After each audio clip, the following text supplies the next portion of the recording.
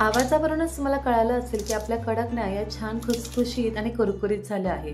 नवरात्रीमध्ये घरोघरी जो तळणीचा सुगंध येतो ना, तो म्हणजे या खमंग आणि खुसखुशीत कडकण्यांचा। नवरात्रीमध्ये देवीला नैवेद्यासाठी छान अशा कडकण्या केल्या जातात। तर इथे आपण ज्या कडकण्या केल्या आहेत मस्त अशा खुसखुशीत आणि कुरकुरीत झाल्या आहेत। अजिबात कडक होत नाही आणि मस्त 15 दिवस या कडकण्या छान टिकतात, मऊ सुद्धा पडत नाही।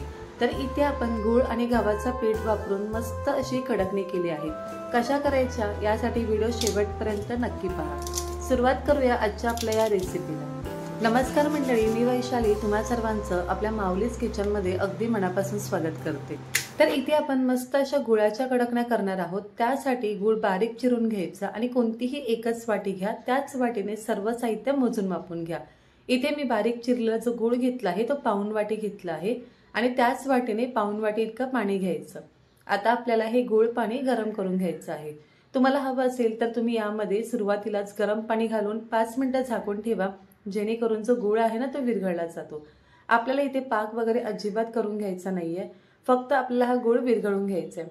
त्यासाठी पाणी थोडंसं गरम झालं की मी गॅस बंद करणार, जेणेकरून हा गूळ पूर्णपणे विरघळला जाईल। आणि हे जे गूळ पाणी आहे ते पूर्णपणे आपण थंड करून घेणार आहोत, त्यानंतरच पिठामध्ये घालायचं। तर इथे तुम्ही पाहू शकतात की गूळ पूर्णपणे विरघळला आहे। मी गॅस बंद करून घेते आणि हे पाणी आपण थंड करून घेऊ। तोपर्यंत आपण पुढची जी तयारी आहे ती करून घेऊया। तर ज्या वाटीने आपण गूळ आणि पाणी घेतलं होतं त्याच वाटीने इथे मी 2 वाटी भरून गव्हाचं पीठ घेणार आहे आणि यामध्ये आता आपण घालणार आहोत 2 चमचे बेसन पीठ। आपण जो पोहे खायचा चमचा असतो ना, त्याच चमच्याने बेसन पीठ इथे घेतलं आहे। आता पुन्हा त्याच चमच्याने सपाट 2 चमचे आपल्याला बारीक रवा घ्यायचा आहे। रवा घातल्याने ज्या कडकण्या आहेत ना या छान खुसखुशीत होतात, अजिबात तुम्हाला कडक लागणार नाही आणि बेसनमुळे याला रंग येतो आणि चवीला सुद्धा छान लागतात। आता यामध्ये आपण अर्धा चमचा घातला आहे वेलची पावडर आणि गोडाचा पदार्थ आहे, त्यामुळे 2 चिमूटभर फक्त मीठ घाला। आता हे सर्व छान मिक्स करून घ्या। सर्व छान मिक्स करून झालं ना की आपण यावर मस्त कडकडीत तेलाचं मोहन घालणार आहोत। तर ज्या चमच्याने रवा आणि बेसन घेतलं होतं ना, त्याच चमच्याने मी इथे 2 चमचे तेल घेतलं आहे आणि तेल मस्त कडकडीत गरम करून घ्यायचं आणि त्यानंतरच पिठावर घालायचं। तुम्हाला हवं असेल तर याऐवजी तुम्ही तुपाचा सुद्धा वापर करू शकता। तर इथे तेल मस्त असं आपलं गरम झालं आहे। आता हे जे तेलाचं मोहन आहे हे मी पिठावर घालून घेत आहे। असं चांगलं फेस होईपर्यंत आपण तेल गरम करून घ्यायचं। आता गरम असल्यामुळे काय करायचं, चमच्याने सुरुवातीला आपण हे छान मिक्स करून घ्यायचं आणि एकदा हाताला सोसावेल असं झालं ना, त्यानंतर हातानेच आपण हे जे तेल आहे हे पिठाला लावून घ्यायचं। पिठाच्या पूर्ण कणाकणाला हे तेल लागलं पाहिजे, जेणेकरून आपल्या ज्या कडकण्या आहेत ना या छान खुसखुशीत होतात। कमी तेलकट हवं असेल ना तर असंच तुम्ही तेलाचं मोहन घाला, खूप जास्त तेल घालू नका, त्यामुळे कडकण्या तेलकट होतात। तर आपण 2 कप इथे गव्हाचं पीठ घेतलं होतं, त्यासाठी मी 2 चमचे फक्त तेल घेतलं आहे। अशी मूठ बनली म्हणजे समजायचं की तेल अगदी योग्य आपण यामध्ये घातलं आहे। जे गूळ पाणी होतं ते थंड झालं आहे। आता काय करायचं, गाळणीने आपण हे गाळून घ्यायचं आणि थोडं थोडं करून यामध्ये घालायचं। सुरुवातीला एकदम घालू नका, अंदाज घेत घेत घालायचं। अगदीच तुम्हाला जर हे गूळ पाणी कमी पडलं ना, तर त्यानंतर तुम्ही जे साधं पाणी आहे त्याचा थोडा थोडा हात लावून हे जे पीठ आहे हे मळून घेऊ शकतात। आपण हे गुळाचं पाणी गाळून यासाठी घेतलं आहे कारण गुळामध्ये बारीक सारीक कचरा असतो, त्यामुळे तो पिठामध्ये न यावा म्हणून आपण फक्त हे गाळून घेतलं आहे। तर इथे मी आता अगदी थोडं थोडंसं हे पाणी घालणार आणि छान असं हे पीठ मळून घेणार। तर आता इथे पाहू शकतात मस्त आपलं हे पीठ मळून झालं आहे। खूप जास्त घट्ट ठेवायचं नाही किंवा अगदी सैल ठेवायचं नाही। चपातीला जसं आपण पीठ मळतो ना त्यापेक्षा अगदी किंचित थोडं घट्ट असावं। आता यामध्ये आपण रवा घातला आहे ना, त्यामुळे हे 5 ते 7 मिनिटांसाठी झाकून ठेवायचं, म्हणजे रवा सुद्धा छान फुलला जातो। मी जे गूळ पाणी घेतलं होतं ते संपूर्ण या पिठामध्ये वापरलं आहे आणि सर्वात शेवटी फक्त पाण्याचा थोडा थोडा हात लावून पीठ मळून घेतलं आहे। तर इथे हे जे पीठ आहे ना, मी खूप जास्त वेळ नाही, फक्त 5 मिनिटं झाकून ठेवलं होतं। तर आता पाहू शकतात आपलं पीठ खूप जास्त घट्ट सुद्धा झालं नाही। यामध्ये फक्त रवा घातल्यामुळे मी थोडा वेळ झाकून ठेवलं होतं। आता याचे आपण समान 3 ते 4 गोळे करून घेऊया, जेणेकरून आपल्याला छोटे छोटे याचे गोळे करायला सोपं होऊन जातं। तर इथे मी याचे 3 ते 4 गोळे करून घेतले आहे। पोळपाटावर आता एक गोळा घ्यायचा आणि असा लांब आकारामध्ये आपण करून घ्यायचा। त्यानंतर काय करायचं, चाकूने याचे छोटे छोटे गोळे करून घ्यायचे। कडकणीचं हे जे पीठ आहे ना, हे तुम्ही खूप जास्त घट्ट मळू नका, कारण की जर जास्त घट्ट मळलं ना की मग ते लाटायला अजिबात होत नाही आणि खूप जास्त जोर द्यावा लागतो। त्यामुळे थोडंसं सॉफ्ट असं हे पीठ असलं पाहिजे।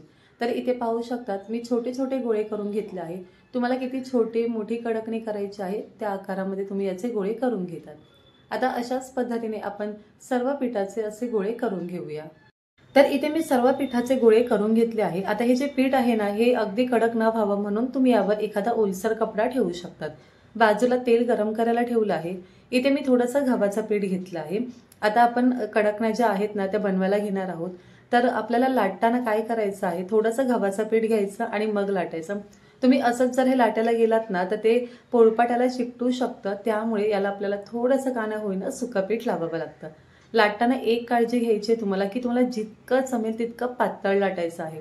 जशी आपण चपाती लाटतो त्यापेक्षा सुद्धा पातळ हे लाटून घ्यायचं, तेव्हाच आपल्या ज्या कडकण्या आहेत त्या छान कुरकुरीत आणि खुसखुशीत होतात।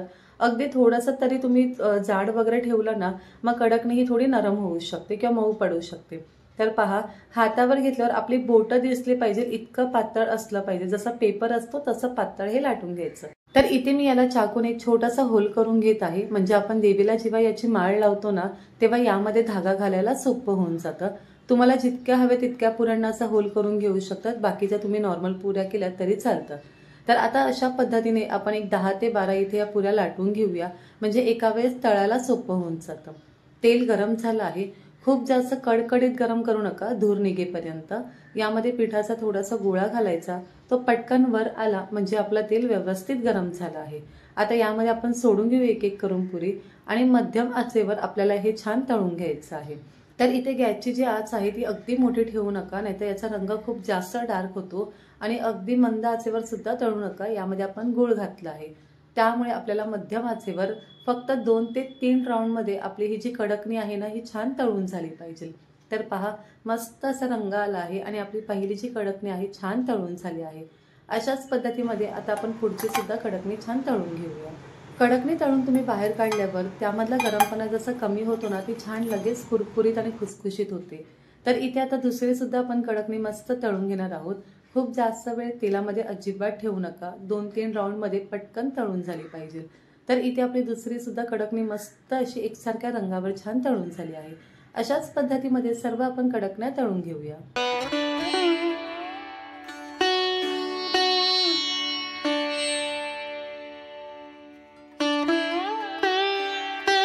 तर इथे आपल्या सर्व कडकण्या छान तळून झाल्या आहेत, मस्त कुरकुरीत आणि खुसखुशीत बनल्या आहेत, अजिबात तेलकट बनल्या नाही। खास करून या ज्या कडकण्या आहेत ना या आपण गोळ आणि गव्हाच्या बनवल्या आहेत, त्यामुळे चवीला तर मस्त लागतात।